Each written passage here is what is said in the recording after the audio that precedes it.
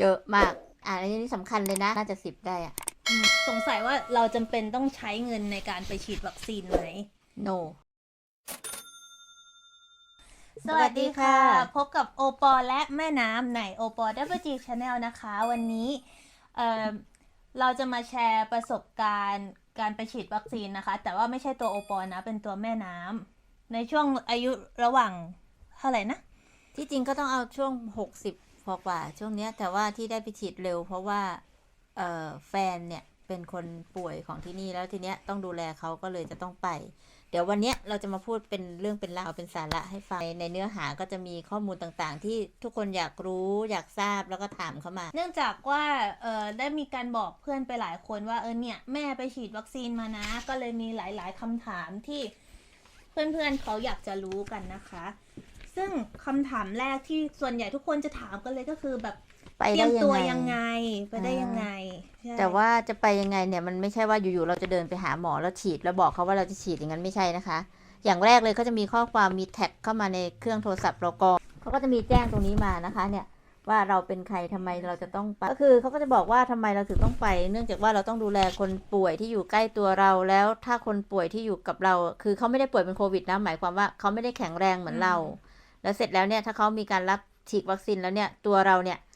อยู่ข้างเขาเนี่ยเราจะต้องดูแลตัวเองเราให้ดีเพื่อที่จะไปดูแลเขาอีกทีหนึ่งก็เลยจะต้องไปแค่นั้นแหละค่ะโอเคก็จะมีจดหมายมาแล้วแม่ต้องเตรียมตัวยังไงก่อนไป สมมุติแบบ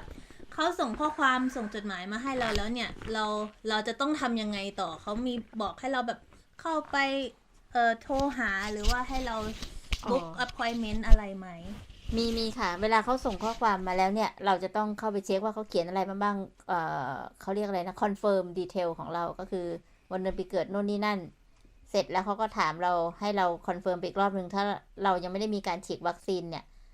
ให้เราแจ้งไปที่เขาด่วนเลยก็คือพอโทรไปปุ๊บเขาก็จะแจ้งเราว่าต้องไปนัดวันอะคือเขานัด appointment เราว่าไปวันที่เท่าไหร่วันไหนเวลากี่โมงและอะไรที่เราต้องเตรียมไปบ้างเช่น ID card ที่สำคัญเลยต้องมี ID card ไปเพื่อยืนยันตัวตนว่าเราเป็นใครมาจากไหนอยู่บ้านเลขที่อะไรถ้าเราไม่มีตัวเนี้ยกลับนะคะ appointment นั้นยกเลิกแล้วเราจะต้องให้เขาเห็นแบบletter หรือว่า message ที่เขาส่งมาให้เราไหมว่าเนี่ยเขาเขาบอกให้เราไปอย่างเงี้ยเราต้องโชว์เขาไหมจดหมายไม่ต้องถือไปก็ได้แต่ว่าข้อความในมือถือที่เป็นเมสเซจเนี่ยถ้าเขาไม่เข้าใจเขาไม่เคลียร์ก็โชว์ให้เขาดูได้แต่ว่าถ้าเขาถาม appointment กี่โมงพอเราแจ้งเวลาเขาปุ๊บเนี่ยเขาก็จะมีข้อมูลอยู่แล้วว่าเราต้องไปแต่ต้องมี ID card ที่สำคัญพาสปอร์ตไม่จำเป็น ID card อย่างเดียวโอเคนะมาที่คำถามถัดไปนะคะคือคนไทยหลายคนก็จะแบบสงสัยว่าเราจำเป็นต้องใช้เงินในการไปฉีดวัคซีนไหม no ฟรีค่ะอยู่อังกฤษไม่ต้องเสียอะไรเพราะว่าเขาดูแลคนที่เนี่ยอยู่แล้วเขาก็จะมีริสต์รายชื่อของคนที่นี่ที่ใครที่เสียภาษีถูกต้องตามกฎหมายมาอยู่โดยไม่ได้ผิดประเภทคือไม่ได้ผิดกฎหมายหมายความว่าเราไม่ได้ลักลอบเข้าเมืองเราแต่งงานมาถูกต้องหรือว่าเรามาฮอลิเดย์อะไรอย่างเงี้ยถ้าฮอลิเดย์นี่อาจจะยังไม่มีลิสต์ในรายชื่อให้ต้องไปแต่ถ้าทุกอย่างทำตามถูกต้องก็โอเคซึ่งนั่นก็หมายความว่าเราจะต้องมีรายชื่อเราregister กับ GP ของแถวบ้านเราไว้ก่อนถูกต้องไหมแล้วเขาจะส่งชื่อเราไปให้โรงพยาบาลก่อนที่เราจะได้ไปฉีดวัคซีนใช่เขาจะมีข้อมูลของเราอยู่ไม่ต้องกลัวโอเคตอนที่ไปตรวจเนี่ยพยาบาลได้ถามข้อมูลเยอะไหมเยอะมากเช่นอะไรบ้างเดี๋ยวก่อนนะนึกก่อนมีกี่คำถามน่าจะ10ได้อ่ะอืมคือก่อนหน้าที่จะไปหาหมอเนี่ยมีการเดินทางออกนอกพื้นที่ไหมเช่นอยู่ที่นี่แล้วสมมติว่าอยู่จังหวัดถ้าเป็นเมืองไทยอยู่จังหวัดกทมแล้วได้เดินทางออกไปที่อยุธยาไหมถ้าอย่างเงี้ยไม่ทำให้เพราะหมายความว่าอยู่มีโอกาสเสี่ยงเพราะว่าออกไปจากพื้นที่แล้วกลับมาภายใน1 อาทิตย์มันทำไม่ได้แล้วก็มีการแพ้อันนี้สำคัญเลยนะถ้าใครที่จะไปฉีดวัคซีนที่เมืองไทยหรือเมืองนอกก็แล้วแต่นะคะถ้ามีการแพ้หมายความว่า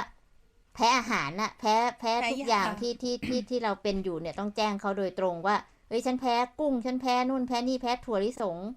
ไม่งั้นถ้าฉีดเข้าไปปุ๊บมันจะเกิดเขาเรียกอะไรนะเอฟเฟกต์กับร่างกายมีผลข้างเคียงแล้วเราจะกลับบ้านไม่ได้นะตายนะบางคนแต่ว่าถ้าหมอเอาอยู่ก็ไม่ตายแล้วมีคำถามอะไรที่มันสำคัญอีกไหม มีไข้ไหมก่อนหน้าที่จะไปหาหมอภายใน3 วันก่อนหน้านี้มีไข้มีอะไรที่มันเจ็บคอมีอาการไอไหมปวดหัวตัวร้อนอันเนี้ยเขาจะไม่ทำให้อ๋อซึ่งคำถามโดยรวมก็คือเกี่ยวกับว่าอาการเกี่ยวกับโควิดคือเรามีไหมคือมีเขาเรียกอะไรนะมีอาการเสี่ยงของการที่จะเป็นโควิดก่อนหน้าที่จะไปหาหมอไหมอ๋อก็คือถ้ามีเขาก็จะไม่ฉีดให้ no ไล่กลับเลยเขาไม่ฉีดแล้วรู้สึกยังไงมั่งก่อนที่หมอเขาจะฉีดกลัวเข็มใหญ่ไหมเข็มใหญ่ไหมไม่แน่ใจเพราะไม่กล้าดูแต่รู้ว่ามันยาวมันใหญ่ไหมไม่ชัวร์แต่ว่าเห็นปลายหางตาว่าโอ้โหมันเอาเรื่องอยู่นะมันยาวกว่านี้มั้งอะฉีดเข้าไปก็เลยบอกหมอว่ากลัวแล้วหมอทำยังหมอหรือพยาบาลไม่ใช่หมอพยาบาลจะมีเข้าไปปุ๊บเนี่ยพอเช็ครายชื่อเรียบร้อยเดินเข้าไปเขาจะให้เราไปรอคิวเขาจะบอกคิวนี้นะแล้วให้รอแล้วเขาจะมีคนมาเรียกเราเสร็จแล้วเขาก็ให้เราไปที่โต๊ะซักประวัติเขาเรียกซักประวัติเนาะพอซักประวัติเสร็จแล้วจะมีทหาร2 คนคอยเนี่ยคอยให้ใบ appointment ครั้งต่อไปกับเราแล้วก็จะบอกว่าวัคซีนที่ฉีดน่ะคืออะไรตัวอะไรให้เขาดูเราฉีดของอะไรนะไฟเซอร์มาจากเยอรมนีค่ะซึ่งไฟเซอร์กับออกฟอร์ดนี่ก็คือแล้วแต่คนก็คือจะมีผลข้างเคียงแตกต่างกันอย่างของแม่ไฟเซอร์เนี่ยมันจะมีผลประมาณแบบเนื่องจากว่าผลการรักษาของเขาอ่ะมันจะได้ประมาณ 90% ใช่ไหมซึ่งมากกว่าออกฟอร์ด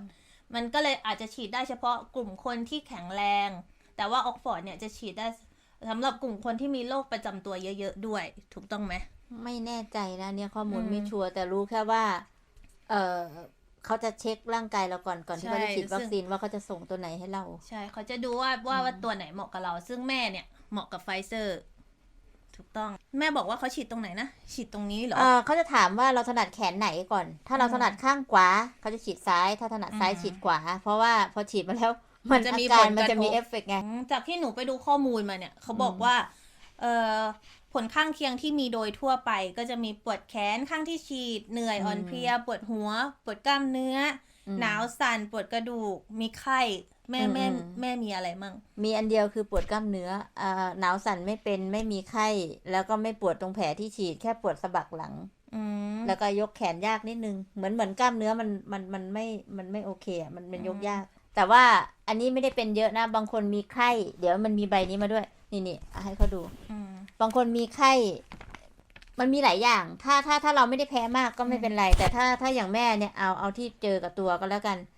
กลับมาเนี่ยมันจะเป็นตรงนี้มันจะเห็นไหมสะบักหลังเนี่ยโอ้โหปวดเหมือนเราไปดำนาและอาการเนี่ยเป็นกี่วันแม่ฉีดตั้งแต่วันอังคารหายประมาณ3 วันตอนนี้หายแล้วใช่ไหมผ่านไป1 อาทิตย์เนี่ยหายแล้วแต่ว่ากลับมาบ้านเนี่ยมันรู้สึกว่าเพลียใช่แต่ว่าเวลานอนอ่ะมันจะหลับลึกแค่นั้นแหละมันจะหลับแบบหลับยาวอ่ะเหมือนเราเพลียตามร่างกายมีอาการอะไรที่มันรู้สึกแบบใกล้เคียงกับคนที่เป็นโควิดไหม no ไม่มีเลยไม่มีเพราะว่าเป็นโควิดมันต้องเริ่มแสบคอใช่ไหมแล้วก็ไอแห้งอันนี้ไม่เป็นไรเพราะร่างกายเราสมบูรณ์อยู่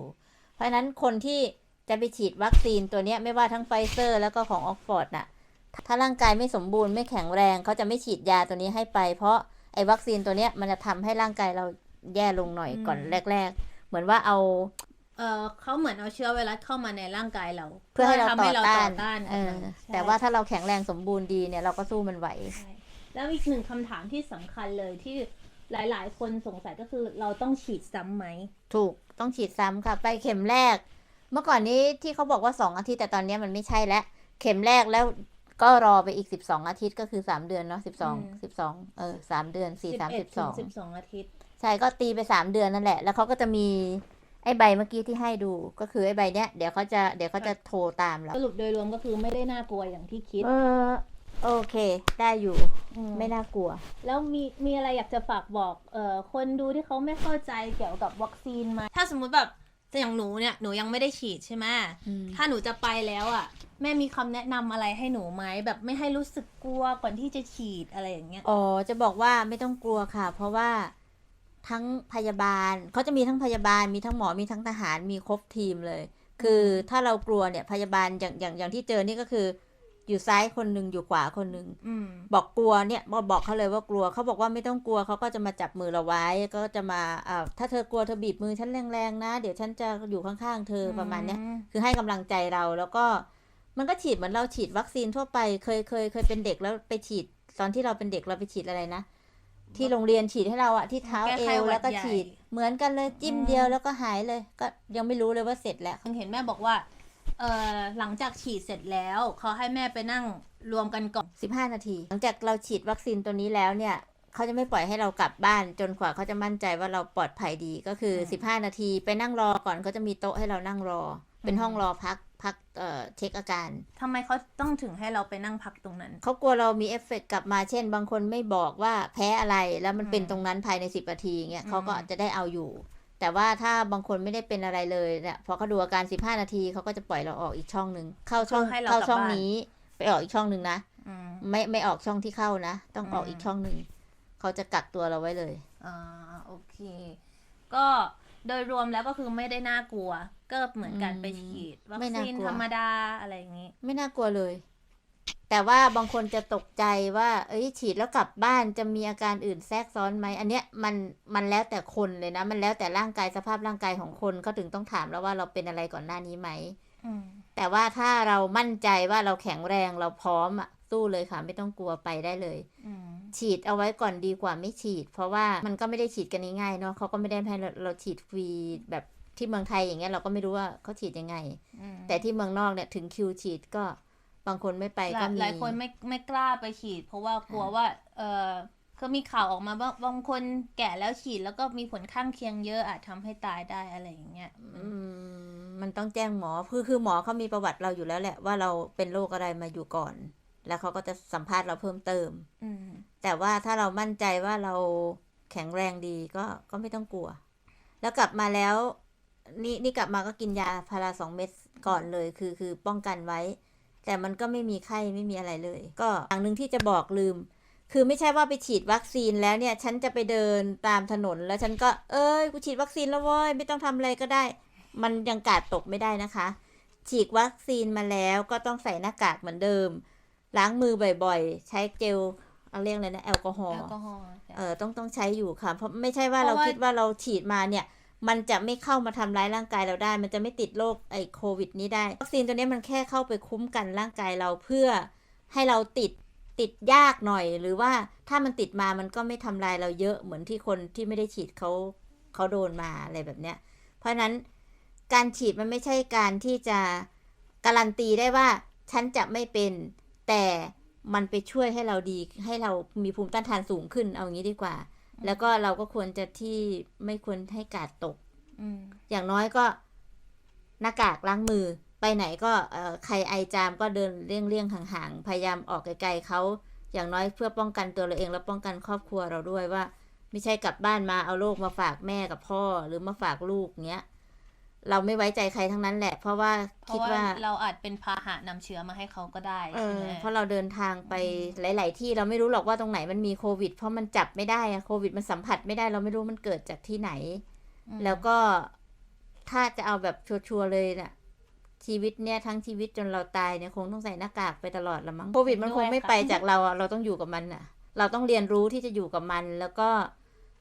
อยู่ยังไงให้เราปลอดภัยอยู่ยังไงให้คนใกล้ตัวเราอย่างลูกเราอย่างสามีเราอย่างพ่อแม่เราปู่ย่าตายายที่อยู่ข้างๆเราเนี่ยเขาจะปลอดภัยเราก็ต้องดูแลคนข้างๆด้วย